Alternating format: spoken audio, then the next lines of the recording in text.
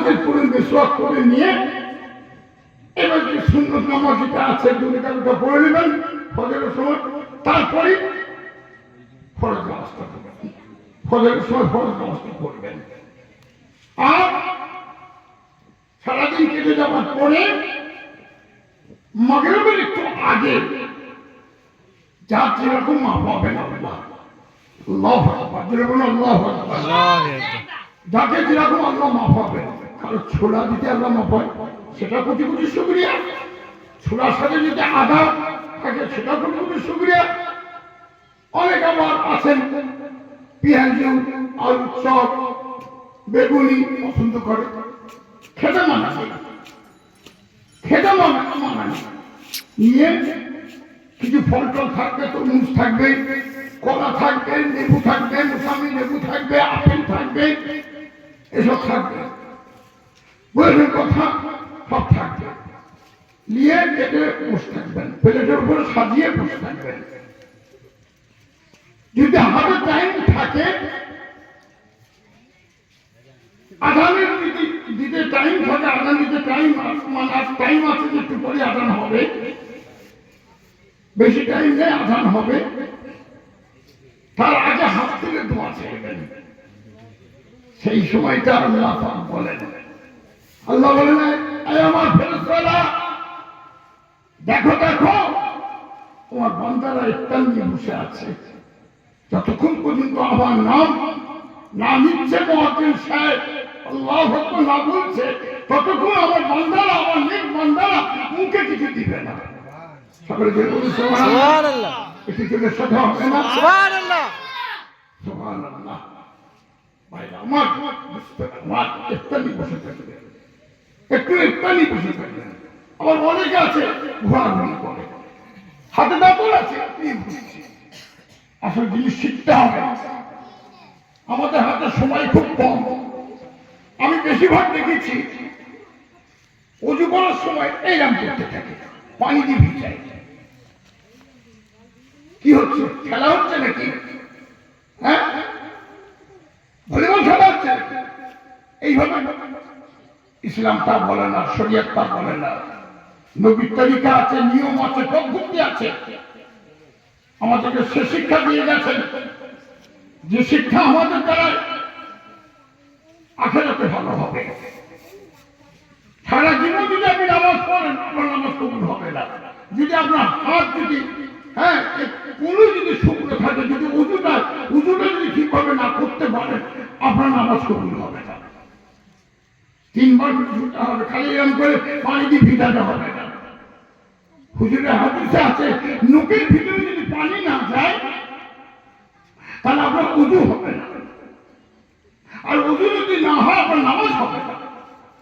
অনেকে দেখি পায়ের গোড়ালি বয়সের কথা শুকনো থাকে।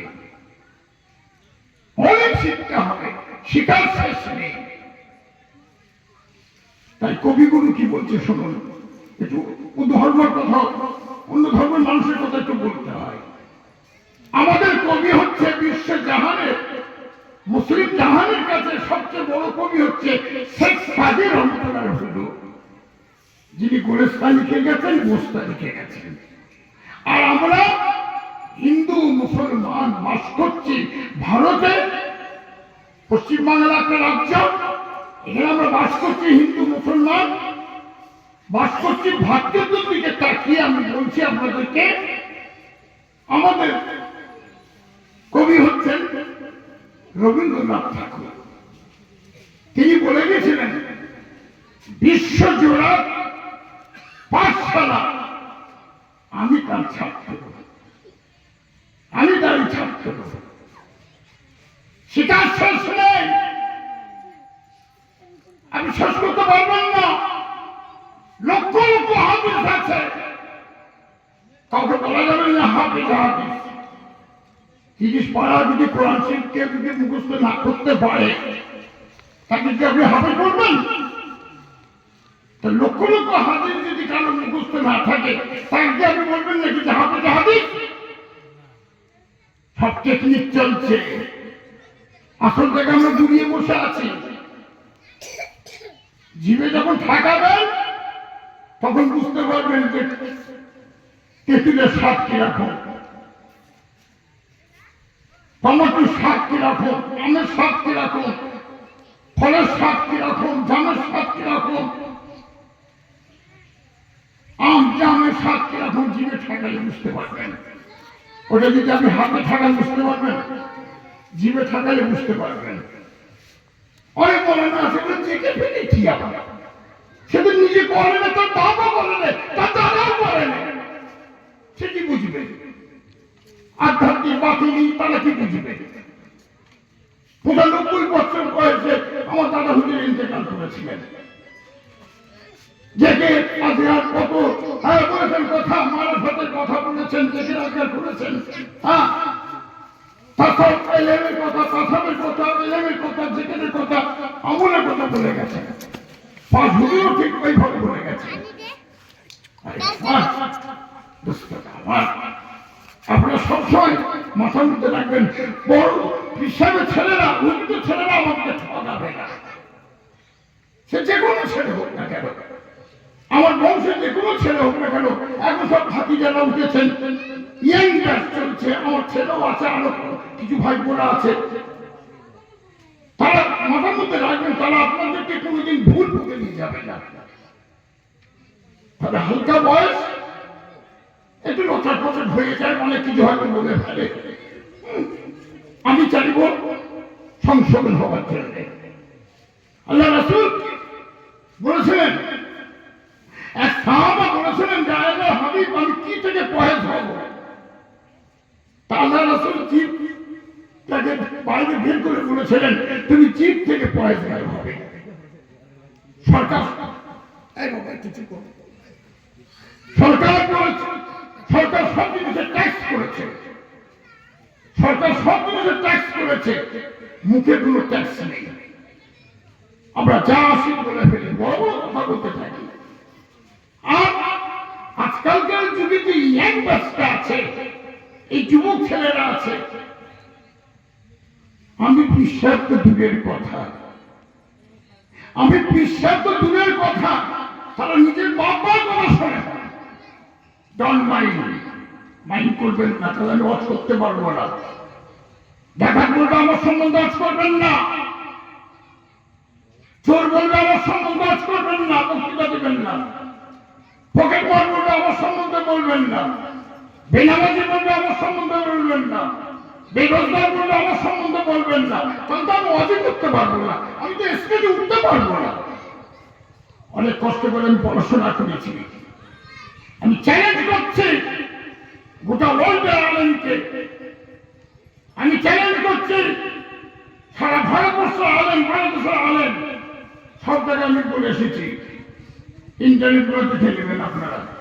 আমি চ্যালেঞ্জ করে বলছি, যদি 5 মিনিটের মধ্যে যদি বসিয়ে না দিতে পারি,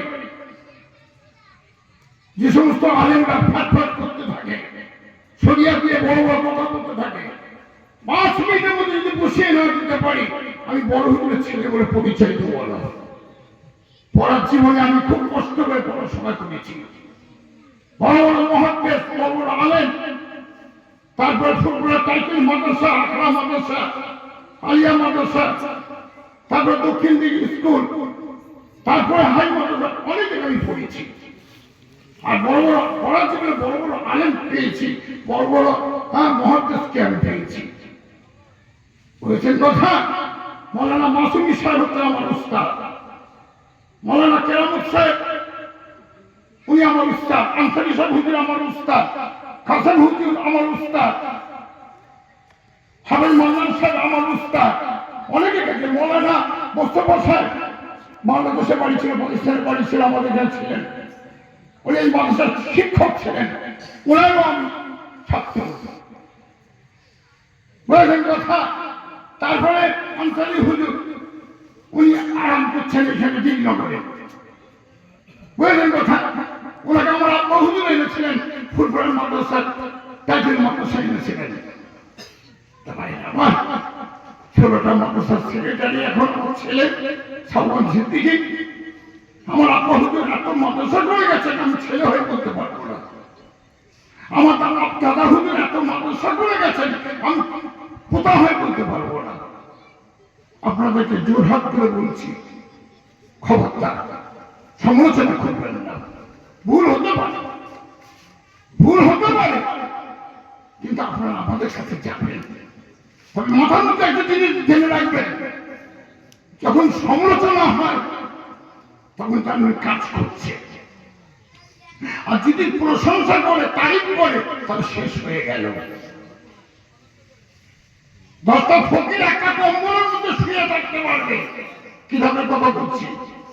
10টা ফকির একটা কম্বলের মধ্যে শুয়ে থাকতে পারবে শীতকালে, আর 10টা আরেক একটা কম্বলের মধ্যে থাকতে পারবে না, ভিতরে গুটি আরম্ভ হয়ে যাবে,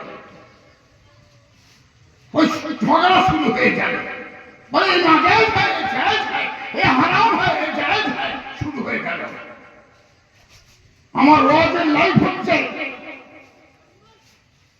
55 বছর চলছে আমার ওয়াজের লাইফ। আমার আব্বা হুজুর আমার পাশে বসে থাকতেন, বড় হুজুর কেবলা, আল্লাহকে হাতে নাতে করে বলছি। আব্বা হুজুর বলছেন, বাবা আমার ছেলে আজ করবে, এবার হ্যাঁ হুজুর করুন। আবার আজ ঘটনা বলেছি, বলছে বাবা এবার আমি করি, বললাম হুজুর আরেকটু বলতে চান, আরো দোয়া আছে, শুধু দোয়া না, আমি কিতাব মোতালা করেছি, এখনো কিন্তু কিতাব মোতালা করি, আমি কিতাব পড়াশোনা করে এসেছি আপনাদের কাছে। এখানে আসার একমাত্র আমার উদ্দেশ্য হচ্ছে, হাজিরা বসে আছেন, ইনিও অনেক পড়াশোনা করেছেন, এনার জন্য খাস দোয়া করবেন। যতদিন আছেন দিনের খেদমত করছেন, এনার জন্য দোয়া করবেন। আমি খুবই দুঃখিত যে এনাকে সময় দিতে পারলাম না, যেহেতু রোজার দিকে তাকিয়ে, রমজানের মাসের দিকে তাকিয়ে, তাই ইনাম পাঠান ফকির সাহেব হুজুর তিনি এখানে আরাম করছেন।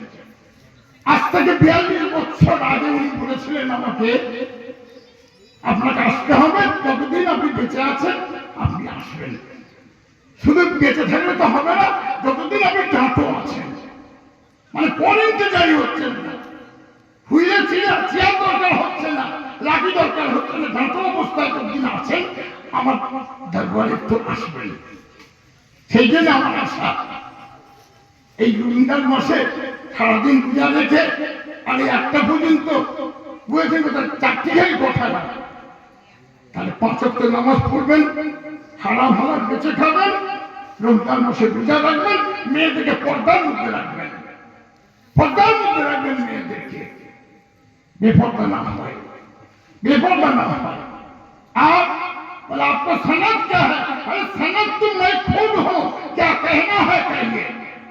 बापे बेटा हो पीछे सामने से बोलो, সমালোচনা করবেন না, সমালোচনা করতে যাবেন না। আপনারা আমার জন্য দোয়া করবেন। 3 বার সূরা ফাতিহা শরীফ, 10 বার সূরা ইখলাস আর 11 বার দুরূদ শরীফ পড়ুন। কিছু পড়া